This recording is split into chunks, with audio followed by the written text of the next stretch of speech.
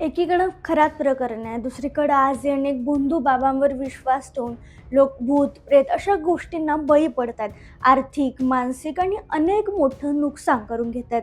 हे सगळं सुरू असताना आता मंत्री असणारे संजय शिरसाट म्हणतायत की छत्रपती संभाजीनगरच्या महापालिकेत आत्मा आहे.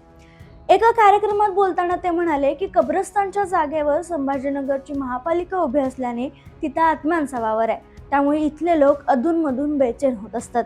मुक्ती हवी असेल तर वेगळ्या जागी इमारत बांधावी लागेल.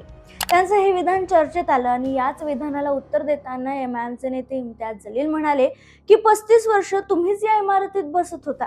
आता मंत्री झाल्यानंतर, बाहेर गेल्यानंतर या गोष्टी तुम्हाला दिसत आहेत का? दिसत असतील तर चांगल्याच आहेत.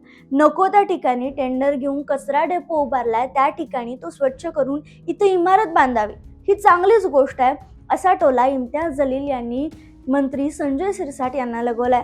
मात्र आज मंत्री असून सध्या महाराष्ट्रात वेगवेगळ्या गोष्टी चर्चेत असताना आत्म्यांचा वावर महापालिकेत आहे असं विधान केल्यानंतर संजय शिरसाट चांगले चर्चेत आलेत.